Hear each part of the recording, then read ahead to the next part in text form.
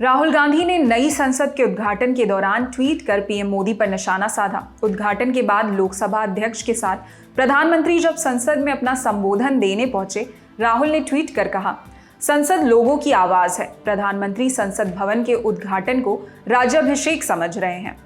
PM Modi ने आज 28 मई को नए संसद भवन का उद्घाटन किया। सुबह पहले विधि विधान से पूजा की गई, सर्वधर्म प्रार्थना हुई, फिर नई संसद का उद्घाटन हुआ। उद्घाटन के बाद प्रधानमंत्री ने संसद परिसर में सिंगोल को स्थापित किया। नए संसद के उद्घाटन को लेकर विपक्ष लगातार सरकार पर हमलावर रहा है। कांग्रेस समेत करीब 20 विपक्षी पार्टियों ने इस कार्यक्रम में हिस्सा नहीं लिया। विपक्ष की मांग थी कि नए संसद भवन का उद्घाटन राष्ट्रपति करें, लेकिन ऐसा नहीं हुआ। लोकसभा स्पीकर ने प्रधानमंत्री को न्योता दिया और पीएम ने ही नए संसद का उद्घाटन किया। राहुल गांधी के ट्वीट से पहले जयराम रमेश ने भी इस कार्यक्रम पर निशाना साधा था। जयराम रमेश ने ट्वीट कर लिखा, 28 मई को आज के दिन नेहरू, जिन्होंने भारत में संसदीय लोकतंत्र को मजबूत करने के लिए सबसे अधिक काम किया, उनका 1964 में अंतिम संस्कार किया गया था। सावरकर, जिसकी विचारधारा ने ऐसा माहौल बनाया जो महात्मा गांधी की हत्या का कारण बना, उसका जन्म 1883 में हुआ था। राष्ट्रपति, जो इस पद पर बैठने वाली पहली आदिवासी हैं, उन्हें अपने संवैधानिक कर्तव्यों को निभाने नहीं दिया जा रहा है।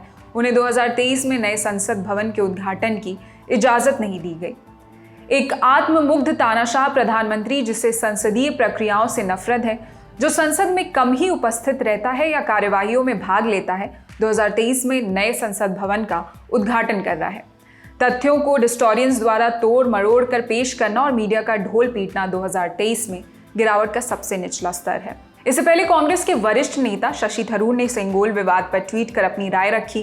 कांग्रेस पार्टी लगातार सिंगोल पर सरकार के दावों पर सवाल उठा रही है। हालांकि कांग्रेस के दावों से उलट शशि थरूर ने इस विवाद पर ट्वीट कर लिखा, सिंगोल विवाद पर मेरे नजरिए से दोनों पक्षों के पास अच्छे तर्क हैं। सरकार का ये तर्क उचित है कि राजदंड पवित्र संप्रभुता और धर्म के शासन को मूर्त रूप देते हुए परंपरा का चलता रहना दिखाता है। विपक्ष का ये तर्क उचित है कि संविधान देशवासियों के नाम पर बना है और संप्रभुता देशवासियों की संसद में देशवासियों के प्रतिनिधित्व में मौजूद है और संविधान किसी राजा को राजसी विशेषाधिकार से मिलने वाला कोई दैवीय अधिकार नहीं है।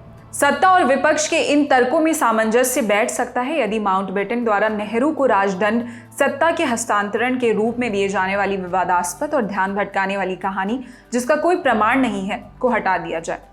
हमें सीधा कहना चाहिए कि राजदंड सिंगोल शक्ति और प्रभुत्व का पारंपरिक चिन्ह है, जिसे लोकसभा में स्थापित करते हुए भारत ये निश्चित कर रहा है कि संप्रभुता वहां लोकसभा में रहती है, ना कि किसी राजा के पास। वर्तमान के मूल्यों की पुष्टि के लिए बीते कल के इस प्रतीक को हमें सम्मान देना चाहिए। इससे पहले विपक्ष की 19 पार्टियों ने नए संसद भवन के उद्घाटन समारोह के बहिष्कार की घोषणा की थी। इन पार्टियों में कांग्रेस, डीएमके, आम आदमी पार्टी, टीएमसी, जेडीयू, आरजेडी इत्यादि शामिल हैं। इन पार्टियों की तरफ से एक संयुक्त बयान भी जारी किया गया है। बयान में कहा गया, राष्ट्रपति मुर्मू को पूरी तरह से दरकिनार करते हुए नए संसद भवन का उद्घाटन करने का प्रधानमंत्री नरेंद्र मोदी का निर्णय न केवल एक गंभीर अपमान है, बल्कि हमारे लोकतंत्र पर सीधा हमला है। विपक्षी दलों के संयुक्त बयान में आगे कहा गया कि जब लोकतंत्र की आत्मा संसद से निकाल दी गई है तो उन्हें नई इमारत में कोई मूल्य नहीं दिखता। इसी के साथ इस खबर में इतना ही। इस खबर पर क्या है आपकी राय, हमें कमेंट सेक्शन में बताएं। आपके लिए खबर लिखी थी हमारे साथी सौरभ त्रिवेदी ने।